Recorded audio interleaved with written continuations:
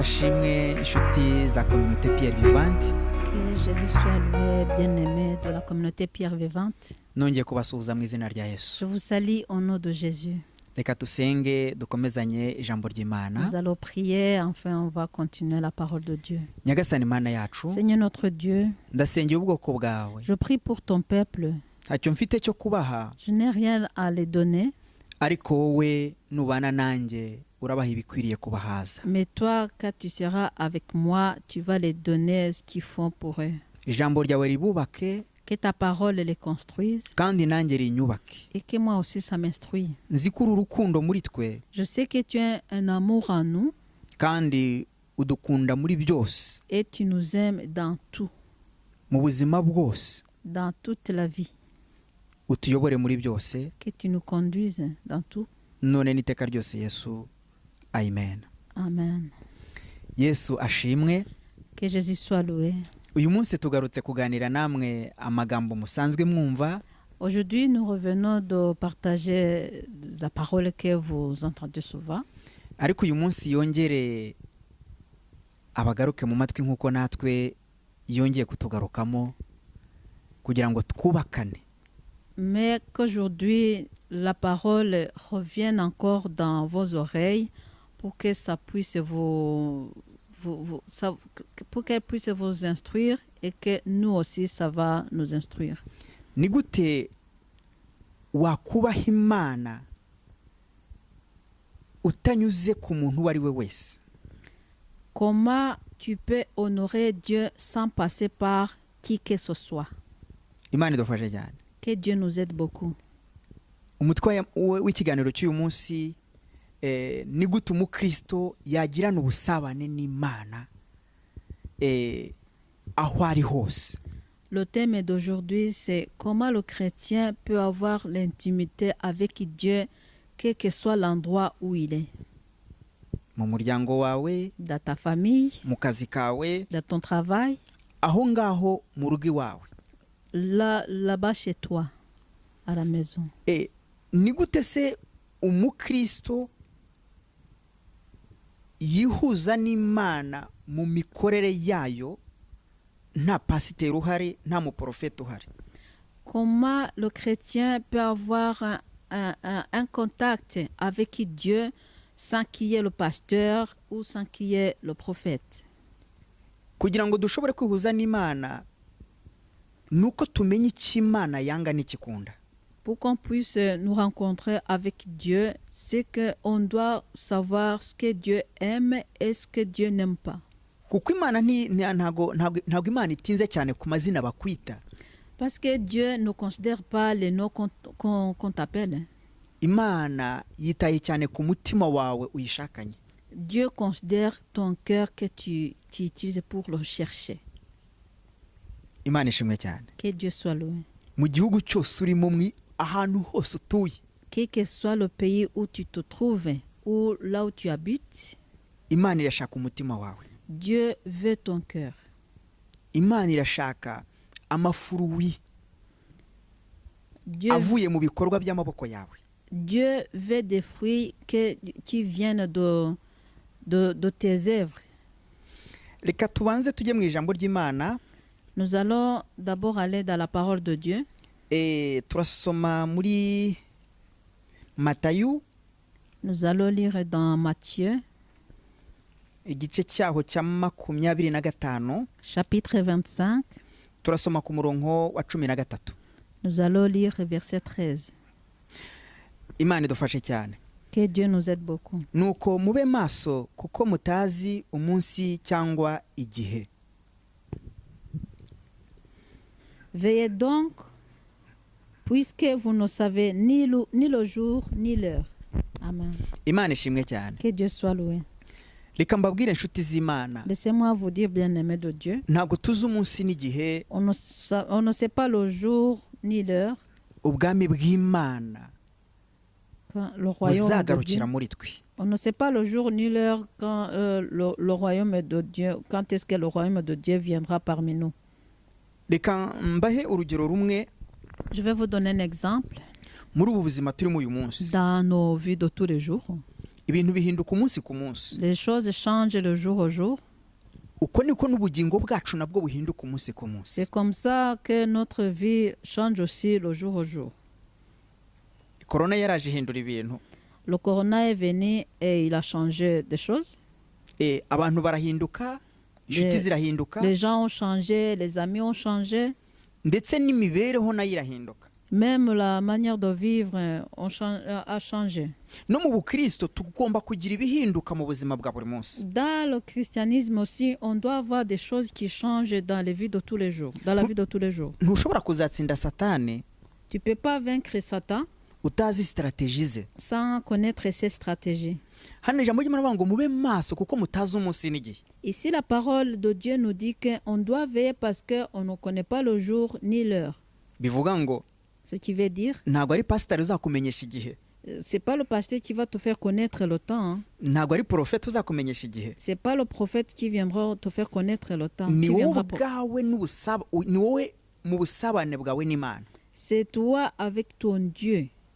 Hari uryamye, là-bas là où tu dors, hari ukorera, là-bas là où tu travailles, hari utuye, là-bas là où tu habites. Niho ugomba guhamagarira Imana mu buzima bwawe. C'est là où tu dois appeler Dieu dans ta vie.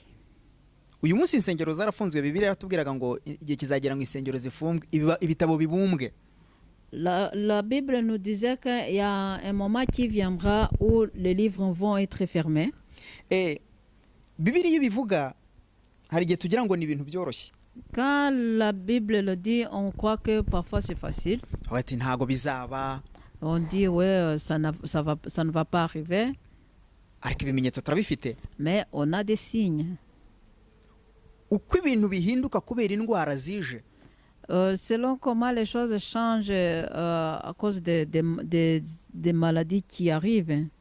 Niko ibintu bizahinduka no kugaruka k'Umwami Yesu. C'est comme ça que les choses vont changer au moment où la venue de Dieu reviendra. Ndabifuriza kugira contact n'Imana. J'aimerais bien, je vous souhaite d'avoir le contact avec Dieu. Aho muri hose. Quel que soit l'endroit que vous êtes. Ntabwo ari urusengero ruzaguhuza n'Imana. C'est pas l'église qui va te faire rencontrer Dieu. Ntabwo ari inyigisho z'abapasiteri. C'est pas les prédications des pasteurs. No, n'umutima wawe. C'est juste ton cœur. N'ubusabane bwawe n'Imana. C'est ton intimité avec Dieu. Ntabwo ari uko umuntu yakwigishije neza. Ce n'est pas parce que quelqu'un t'a bien prêché. Si uko uterana buri cyumweru. Ce n'est pas parce que tu vas à l'église chaque dimanche. Ahubwo nuko umutima wawe buri mwanya uramya Imana. C'est parce que ton cœur loue toujours, à chaque instant, à tout moment, loue Dieu. Ubwiza Imana dushakaho. La beauté que Dieu veut sur nous, n'uburi imbere muri twe. C'est ce qui est à l'intérieur de nous. Nibwo bukurura Imana. C'est ça qui attire Dieu. Ese ikintu cyagaragaza ko uri umuntu w'Imana ni iki? Qu'est-ce qui peut montrer que tu es un homme de Dieu? No gusenga inshuro nyinshi ku munsi. Est-ce que c'est prier plusieurs fois par jour? Est-ce que nukwiriza kenshi? Est-ce que c'est jeûner plusieurs fois? Est-ce que nukuvuga ijambo ry'Imana cyane? Est-ce que c'est prêcher la parole de Dieu souvent? Est-ce que nukwambara neza? Est-ce que c'est être bien habillé? Ntago ntekereza kwibyo ari byo byubaha Imana. Je ne pense pas que tout ça ce sont des choses qui honorent Dieu. Kubaha Imana. Honorer Dieu. Ni imikorere iba mu muntu. C'est tes comportements, c'est les comportements qui sont dans quelqu'un. Ubushobozi bwo gushaka Imana. La capacité de chercher Dieu. Ntago tuzabubona muri église. On va pas la trouver dans l'église. Ubushobozi bwo gushaka Imana buzaturuka muri wowe mu mubiri Imana yaguhaye. La capacité de chercher Dieu viendra de toi dans le corps que Dieu t'a donné. Iyi si turi abagenzi. Dans ce monde, on est tous les voyageurs. Imana idufashe cyane. Que Dieu nous aide beaucoup. Sinzi umusozi utuyeho uyu munsi. Je ne connais pas la colline où tu habites aujourd'hui. Sinzi n'ibigeragezo uri gucamo uyu munsi. Je ne connais même pas les difficultés que tu es en train de traverser. Ariko ikintu kiri kuntangaza kandi kinateye ubwoba kibabaje cyane muri iyi si. Mais la chose qui est en train de m'étonner et qui fait peur aussi dans ce monde. Turi gushaka kubaka ibiboneka inyuma. On veut construire les choses qui sont visibles par apparence. insengero nziza, les bonnes églises, les belles églises, kuvugwa neza, être bien parler, kugaragara neza. bien se présenter, bien présentable. Ariko ndagira ngo nongere ngusabe, Mais j'aimerais bien te demander encore quelque chose. ntabwo ari byo Imana iri gushaka ibyo ngibyo. Ce n'est pas ça que Dieu est en train de chercher. Imana iri gushaka imitima yacu. Dieu est en train de chercher nos cœurs.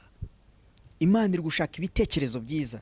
Dieu est en train de chercher les bonnes idées. Est-ce que nshobora kugufasha mu bibazo ufite? Est-ce que je peux t'aider dans tes difficultés que tu as? Est-ce que wowe ushobora kumfasha mu bibazo byanjye? Est-ce que toi tu peux m'aider dans mes difficultés? Ese hari umuntu uri ku ruhande rwawe ushobora gufasha ufite ibibazo? Est-ce qu'il y a quelqu'un qui est à côté de toi que tu peux aider qui a des problèmes? Dore gukorera Imana ishaka nuko nguko. Voilà servir Dieu que Dieu veut. Niyo mirimo Imana iri kudushakaho. C'est ça les œuvres que Dieu veut sur nous. Girira neza ukuri iruhande. Fais du bien à quelqu'un qui est proche de toi. Girira neza ubabaye iruhande rwawe. Fais du bien à quelqu'un qui est triste et qui est proche de toi. Iyi si dufite ibintu, Dans ce monde, on a des choses, ariko ntabyo twazanye mu isi. mais on n'a rien amené dans ce monde. Nta n'ibyo tuzavana mu isi. Et on va rien porter de ce monde. Amahoro menshi Beaucoup de paix agomba guturuka muri wowe. doivent venir de toi. Imirimo myiza igomba guturuka muri wowe. Les bonnes œuvres doivent venir de toi. Wikora neza kuko pasiteri yavuze. Ne fais pas du bien parce que le pasteur a dit. Kora neza kubera ko umutima wawe uremewe gukora neza. Fais du bien parce que ton cœur a été créé pour faire du bien. Wisenga kuko pasiteri yakwigishije gusenga. Ne prie pas parce que le pasteur t'a appris à prier. Gira ubusabane n'Imana pasiteri ahari atanahari. Il faut avoir l'intimité avec Dieu que même si le pasteur peut être là ou sans que le pasteur soit là. Imana idufashe cyane. Que Dieu nous aide beaucoup. Imana iri kudushaka. Dieu est en train de nous chercher Mu bintu bibiri. dans deux choses. Irashaka wowe, Il cherche toi, umutima wawe. ton cœur. Nuyiha umutima wawe n'umubiri wawe uzakora ibyiza. Si tu lui donnes ton cœur, et ton corps aussi va faire du bien. Ndagusaba ikintu wikora kugira ngo abantu bakubone. Je te demande une chose. Il ne faut pas faire du bien pour que les gens te voient. Non. Non. Kora kugira ngo icyubahiro cy'Imana kize. Fais du bien pour que la gloire de Dieu vienne. Nta muntu uzaguhemba. Il n'y a personne qui va te récompenser. Nta muntu uzagukingurira ijuru. Il n'y a personne qui va t'ouvrir le ciel. Nta muntu uzuzuza sakame y'imirimo myiza wakoze mu isi. Il n'y a personne qui va remplir son sac de tes bonnes œuvres que tu as fait dans ce monde. Ntawe uriho. Il n'y a personne. Reka mbabwire ibindi. Je vais vous dire autre chose. Ikintu kitugoye cyane dutwawe cyane n'ibintu biri muri iyi si, ubutunzi bifatika. Les choses qui nous accablent, c'est la richesse des choses qui sont dans ce monde, qui sont palpables. Amafaranga, L'argent, akazi keza. le bon travail. Ushobora no kugirira umuntu nabi kubera ibyo. Tu peux même faire du mal à quelqu'un à cause de toutes ces choses-là. Nta nyungu ibyo ngibyo byose Il n'y a bidafitiye pas mu isi. d'intérêt qui se trouve dans ces choses. Amafaranga ariho kugira ngo tugubwe neza, L'argent est là pour qu'on soit bien, kugira ngo dufashe imiryango yacu, dufashe n'abandi bakennye. pour qu'on puisse aider nos familles ou bien les autres qui sont dans la pauvreté. Ariko ntago kuba wakoreye umuntu ikintu runaka ntibikugira umukristo. Mais ça ne veut pas dire que le fait que tu as fait du bien à quelqu'un, ça va te faire un chrétien, non. Biraterwa n'umutima wabikoranye. Tout dépendra de ton cœur que tu as utilisé pour rendre service à quelqu'un. Nubikorana na tireri yawe.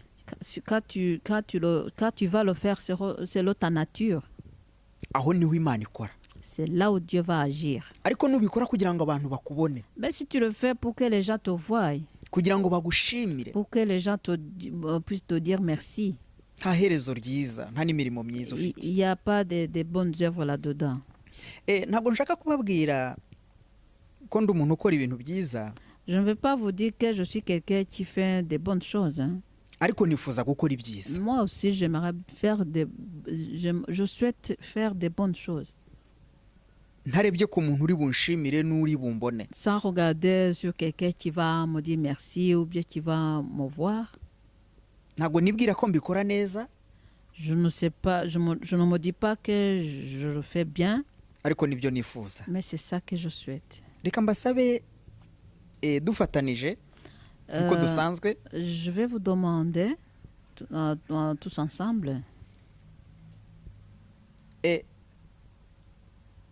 Iyi si turimo kujyamo imbere ni heza ni nahabi bitewe nawe.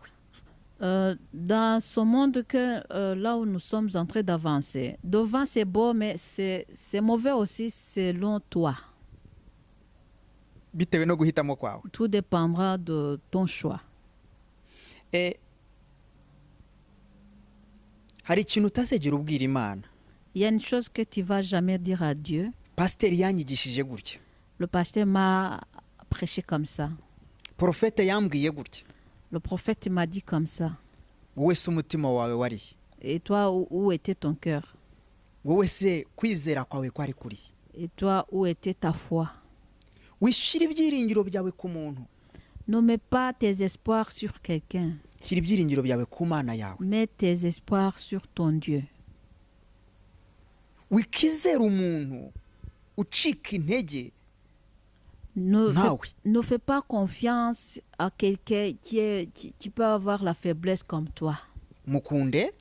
Tu l'aimes. Ariko wimugirira icyizere nk'Imana yawe. Mais il faut pas lui faire confiance comme ton Dieu. Imana idufashe cyane. Que Dieu nous aide beaucoup. Ndabinginze twe gutaka insengero. Je vous supplie, il ne faut pas mettre les églises devant. Kuko nge nemera ko urusengero ni umuntu. Parce que moi, je crois que l'église, c'est un être humain. Ahubwo twubaka urusengero. Par contre, que nous construisons l'église. Twubaka itorero ry'Imana. Que nous construisons l'église de Dieu. Muri twe. En nous. Dukomere mu kwizera. Que nous soyons tenaces dans la foi. Twizere ibyo tuvuga tubyizere. Que nous croyons ce que nous parlons. Kuvuga kwawe kugendane n'ibikorwa byawe. Ta manière de parler, que ça ressemble à tes œuvres. Reka dusome Zaburi y'Ijana na 21. On va lire le psaume 121. Murongo wa mbere n'uwa kabiri. Ariko tubanza dusoma uwo murongo wa mbere. Versets 1 et 2. Nduburira amaso yanjye ku misozi. Gutabarwa kwanjye kuzava he? Je lève mes yeux vers les montagnes. D'où me viendra le secours? Que Dieu nous aide beaucoup. Ndagira ngo nongere nkwinginge. J'aimerais bien te supplier encore. Gutabarwa kwawe kuri hehe? Où est ton secours? Kwinginga Imana kwawe kuri hehe? Supplier Dieu, où est tes supplications?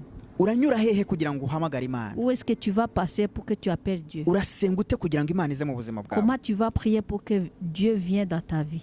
Ese amaso yawe yerekeye he? Où est fixé tes regards? Ese umutima wawe ureba hehe? Gutekereza ute? Ton cœur, comment tu réfléchis? Reka ngusabe. Laisse-moi te demander.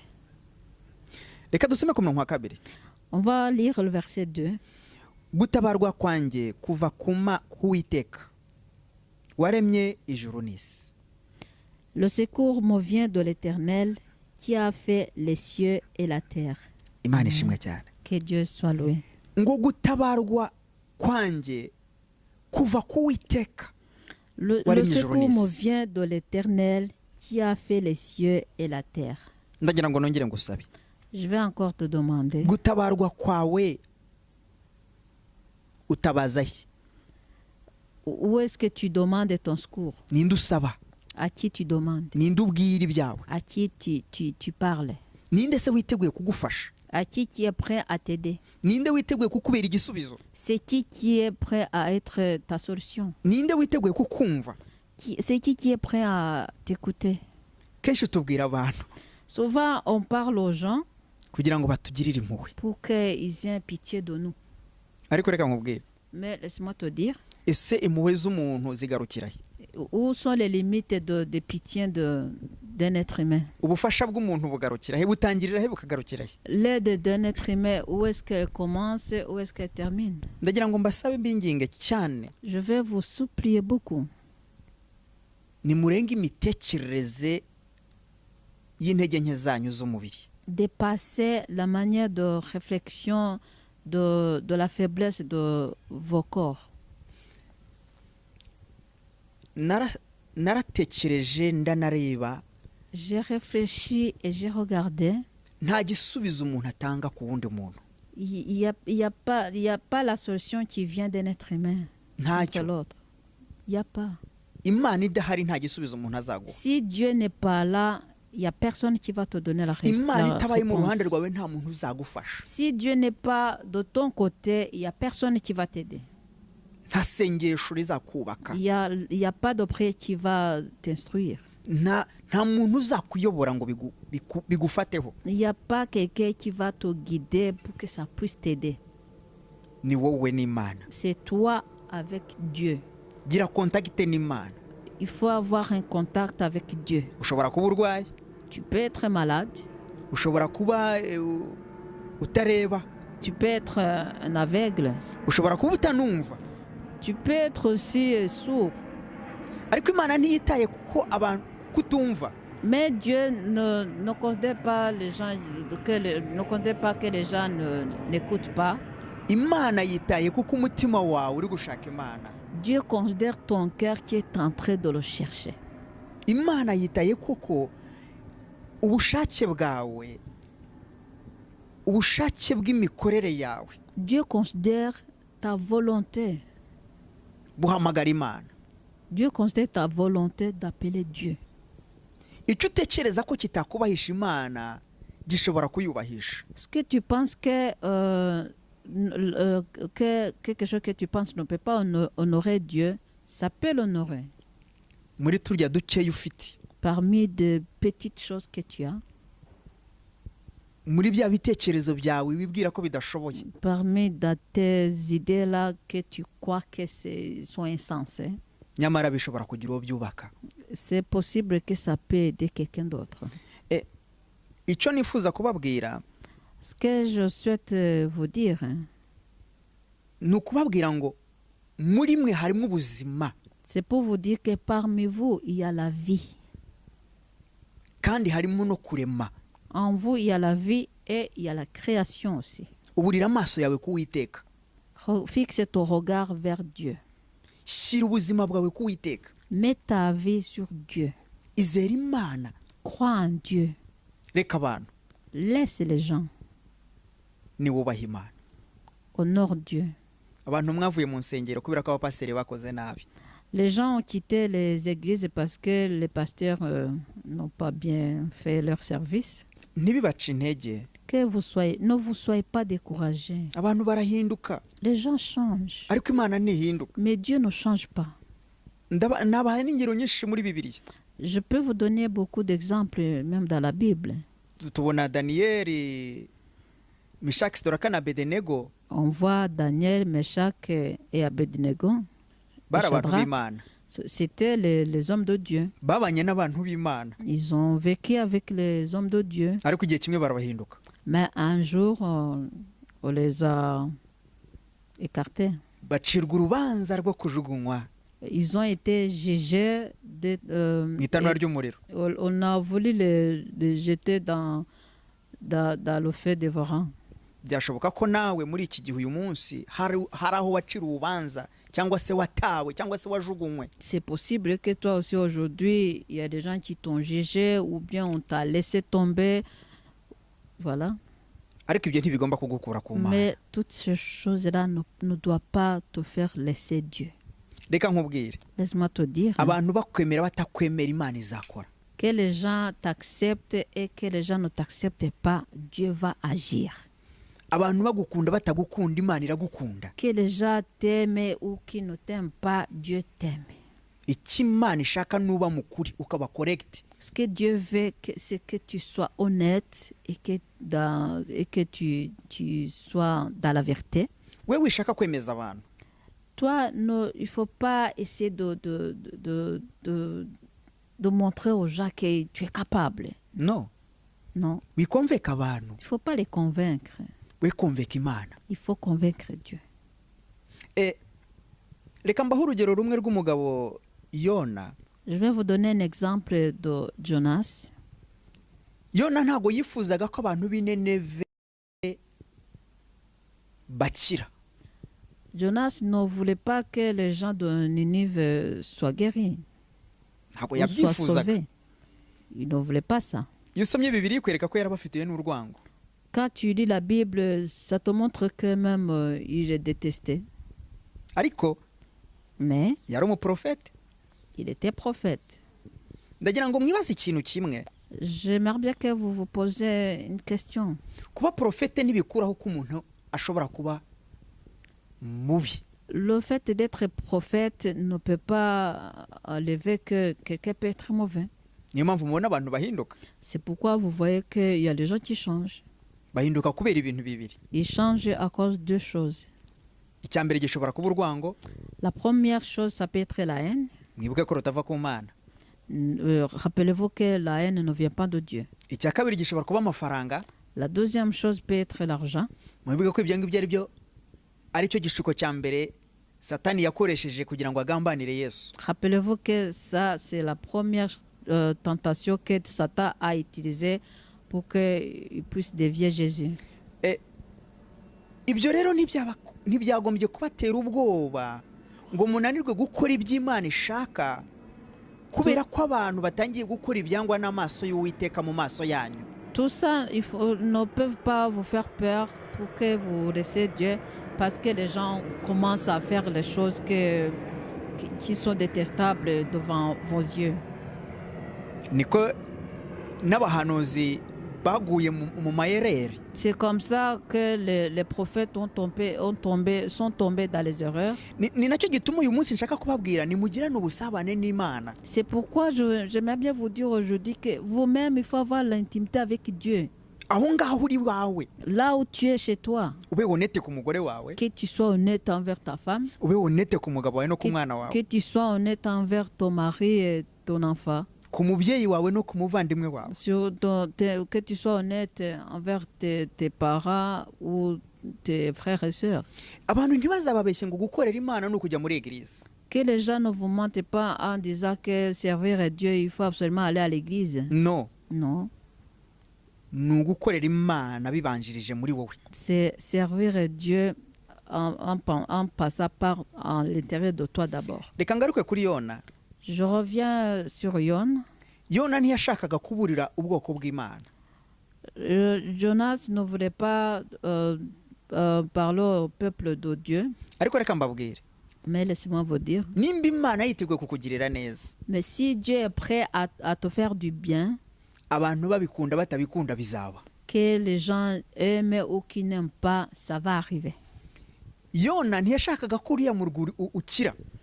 Bari abantu babohoka. Jonas ne voulait pas que le peuple de la cité là soit libéré. Ariko Imana yarababohoye. Mais Dieu les a libérés. Kandi mukoresheje.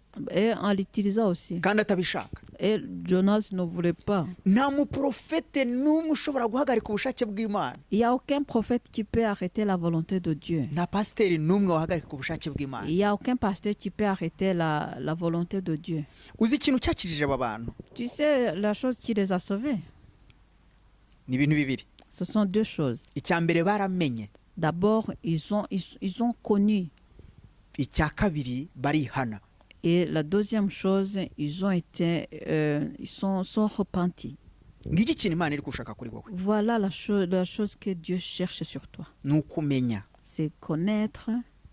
None se ninde uzakumenyesha? Alors, tu vas te faire connaître. Ni umutima wawe d'abord. C'est ton cœur d'abord. Ibyo ukora hari ibyo ukorera mu rugo iwawe. Les choses que tu fais chez toi à la maison. Hari ibyo ukorera mu mutima wawe. Il y a les choses que tu fais à l'intérieur de toi. Hari ibyo ukorera hanze y'urugo rwawe. Il y a aussi des choses que tu fais à l'extérieur de ton foyer. Essaye de séparer ces choses. Hein. Ngewe ntekereza ko buri muntu wese nanjye ndimo. Je pense que chaque personne, y compris moi, iyo nkoze ikintu kibi ndabimenya. Quand je fais une chose mauvaise, je ressens. niyo nkoze ikintu cyiza nabyo ndabyumva. Et quand je fais aussi une bonne chose, je ressens. ngiki kintu Imana idushakira C'est ça la chose, la chose que Dieu veut sur nous. ni ukumenya ko wakoze neza ukamenya ko wanakoze nabi. C'est de connaître que tu as fait du mal et que tu as fait et de connaître aussi que tu as fait du bien. Hari ibintu nabonye bindi bikunda kuba mu buzima, abantu bakunda kutubwira ibyo dushaka kumva. Il y a aussi des choses qui arrivent souvent dans la vie. Les gens aiment bien qu'on les dise ce qu'ils veulent entendre. ntabwo ari ubuzima. Ça, c'est pas une vie. kuba umuntu ari kukubwira ibyo ushaka kumva, Si quelqu'un te dit ce que tu veux entendre akagukorera ibyo ushaka gukorerwa, et te faire des choses que tu veux qu'on te fasse, ntabwo ari umuti w'ibibazo ufite. c'est pas la solution de tes problèmes. Imana idufashe cyane. Que Dieu nous aide beaucoup. ndagira ngo mbinginge J'aimerais bien vous supplier, nimugaruke, revenez. mugaruke mu buzima bwo gushaka Imana, Revenez dans la vie de chercher Dieu. mugaruke mu buzima bwo kwiyunga n'Imana. Revenez dans la vie de se réconcilier avec Dieu. Isoko y'amahoro La source de la paix, iri muri wowe. elle est en toi. Inzira yo kurimbuka nayo iri muri wowe. Le chemin de destruction, de périr, est en toi. Imana idufashe. Que Dieu nous aide. Abakozi b'Imana uyu munsi bari guhinduka kubera inyungu zibiri mu isi. Les serviteurs de Dieu aujourd'hui, ils changent à cause des intérêts qui sont dans ce monde. Ndashaka kubasaba ntimubikurikire. J'aimerais bien vous demander de ne pas suivre ces choses-là. Ntimubikurikire. Il ne faut pas les suivre. Sinshobora kubangisha abantu b'Imana, Je ne veux pas vous faire haïr les serviteurs de Dieu, ariko sinshobora no kukuyobora gukora ibyangwa n'Uwiteka. mais je ne peux pas te guider aussi à faire des choses que Dieu déteste. Iyi si turi abagenzi twese. Dans ce monde, on est tous voyageurs. Reka mbereke ibintu bikomeye cyane. Je vais vous montrer des choses très importantes. Urusengero rwamaze kwinjira muri business. Église. L'église est déjà entrée dans le business. Tugomba kubaka amashuri. On doit construire les écoles. Tugomba gukora commerce, ubucuruzi. On doit faire du commerce. Ntabwo dushobora kuvanga ibyo bintu ngo tube tugifite umutima w'urukundo rw'Imana. On ne peut pas mélanger ces choses et qu'après on a l'amour de Dieu. Ntibishoboka. C'est impossible. Iyo haje amafaranga mu buzima, Quand l'argent vient dans la vie, ntabwo imikorere y'urukundo rw'Imana iba igifongisiona, kubera ko igifongisiona d'abord ni ya mafaranga. donc il n'y a plus la volonté de Dieu en nous. Ce qui fonctionne, c'est l'argent. Ntuzamusabe ikintu ngo akiguhe kubera ko ikintu cya mbere arabona inyungu muri wowe. Tu ne vas pas demander quelque chose à lui parce que la première chose qu'il va voir en toi, c'est l'intérêt. Nibyo Yesu yageze i Yerusalemu ngo asanga urusengero rwe baruhinduye iguriro. C'est là où Jésus a remarqué quand il est arrivé à Jérusalem. Ngo aratangira arabisohora. Et puis, il a remarqué qu'on est en train de faire du commerce dans l'église. Et puis, Jésus a commencé à les mettre dehors. Mu nzu y'Imana iyo hatangiye kuzamwo amafaranga ndakomeretse n'ubucuruzi, ntabwo tuba tukiri gushaka imitima y'abantu b'Imana ngo ibe myiza ihinduke, ahubwo tuba turi gushaka inyungu muri ba bantu b'Imana. Dans la maison de Dieu, quand il y a le business qui entre là-dedans, on n'est pas en train de chercher que le cœur des gens change. Non, on est en train de chercher l'intérêt qui est dans ces personnes. Nimba kumenya Imana tugomba guca mu mashuri, ni ukuvuga ngo icyo gihe tuzatangira kwiyentegara mu kwiga ariko gushaka ubusabane n'Imana kubw'uyu mubiri naturel ntibizaba bigikunda.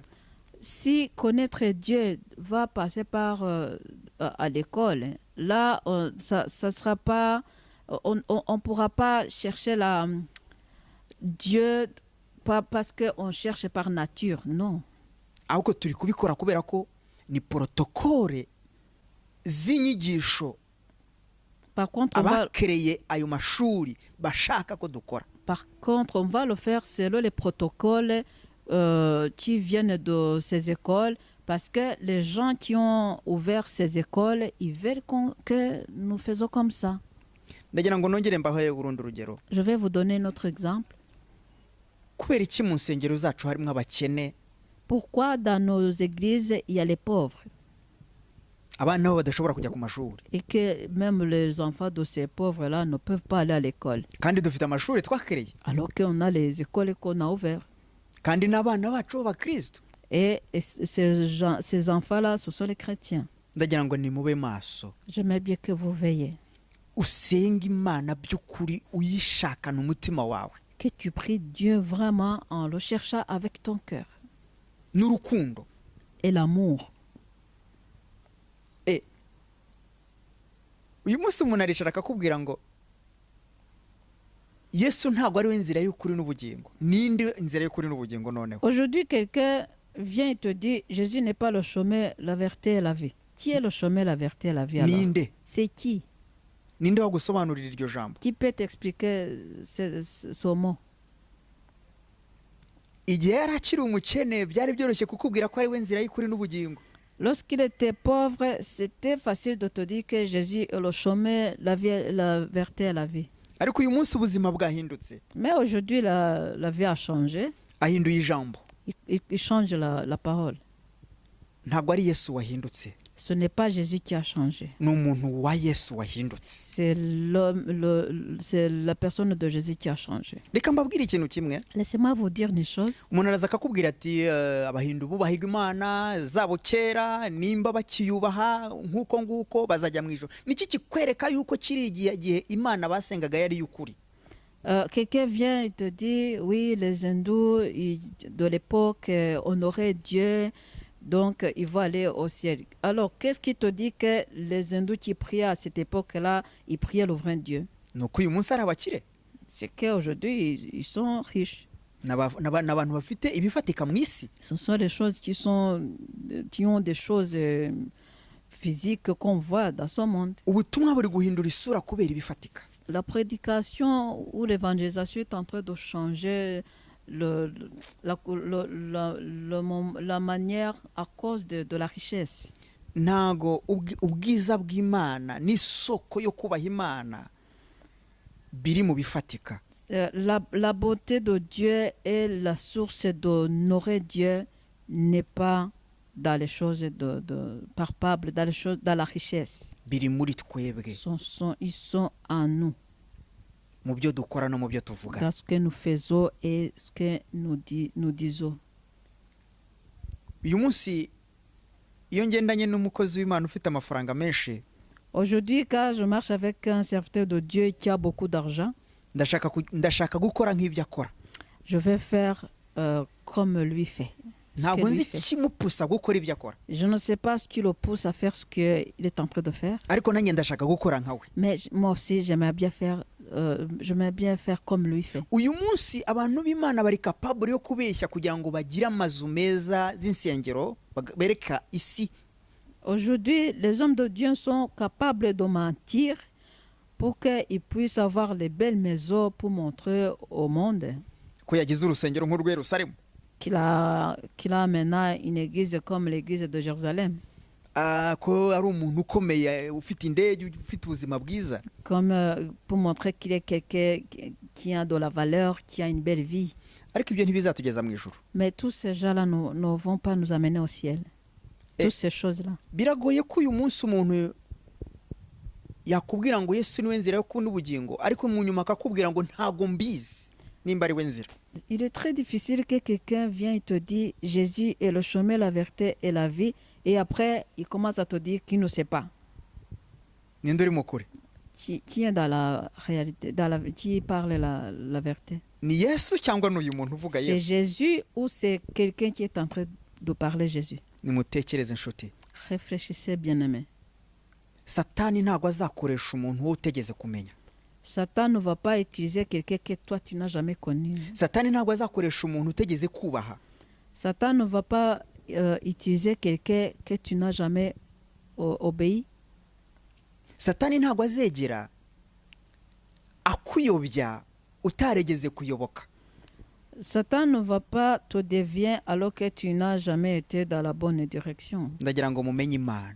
J'aimerais bien que vous connaissiez Dieu. Suko ndi umuhanga wayo. Ce n'est pas parce que moi je suis intelligent pour le connaître. Ahubwo nuko nifuza ko mumenya ukuri.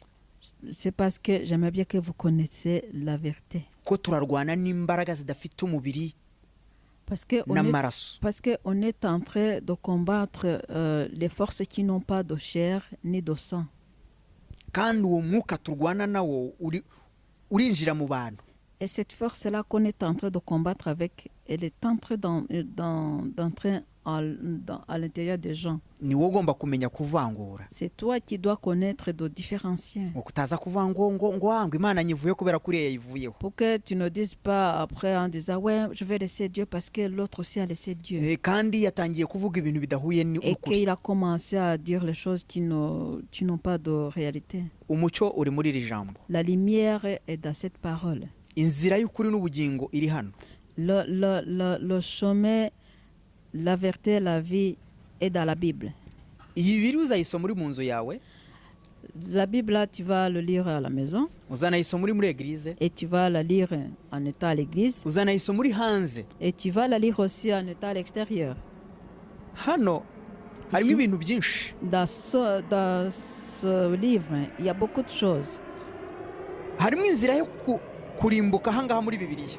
Il y a le chemin d'aller périr. Nudatekereza neza. Si tu ne réfléchis pas bien. Ahangaha harimo n'inzira y'ubugingo. Ici aussi il y a le chemin de la vie. Numedita neza. Si tu médites bien cette parole. Ahangaha. Ici. Harimo n'inzira yo kuyobukira muri iyi si. Il y a même le chemin que tu peux te perdre au moment où tu es dans ce monde aussi. Ahangaha harimo ubutunzi bw'umutima n'umubiri. Dans ce livre, il y a la richesse de ton cœur et de ton corps. Harimo na pauvreté. Il y a aussi la pauvreté là-dedans. Yo mu mutima no ku mubiri. De ton corps et de ton cœur. Ni wowe guhitamo icyo ushaka. C'est à toi de choisir ce que tu veux. Reka mbabwire nti Imana ibampera umugisha. J'aimerais vous dire que Dieu vous bénisse. Reka ndekeraho navuze byinshi. Par là, j'ai parlé beaucoup. Nzongera ngaruke. Je reviendrai. Uko Imana izanshoboza kubana namwe. Si Dieu va m'aider aussi à être avec vous. Ariko ndagira ngo mbabwire ngo muve muri protocole. Mais j'aimerais bien vous dire que vous sortez de protocole. Ahubwo muhagarare mu ijambo. Mais que vous tenez beau dans la parole de Dieu. Kuko abantu bari guhinduka umunsi ku munsi. Parce que les gens sont en train de changer le jour au jour. Yesu wariho uyu munsi, Yesu wariho mu bihe byashize n'uyu munsi akaba ariho. Uyu munsi baraza bakakubwira undi. Jésus qui existait à l'époque et qui est aujourd'hui aussi, il y a les gens qui viennent et qui te disent l'autre est Jésus. Ndagira ngo mutekereze cyane. J'aimerais bien que vous réfléchissiez Yesu ntahinduka, abantu nibo bahinduka. Jésus ne change pas, ce sont les gens qui changent. Imana ntihinduka, abantu nibo bahinduka. Dieu ne change pas, ce sont les gens qui changent. Urukundo ntiruhinduka, abantu nibo baruhindura.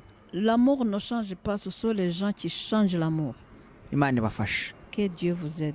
Mugire ibihe byiza. Passez des bons moments. Amahoro y'Imana abane namwe. Que la paix de Dieu soit avec vous. Turabakunda nka communauté Pierre Vivante. Nous vous aimons en tant que communauté Pierre Vivante. Amen. Amen.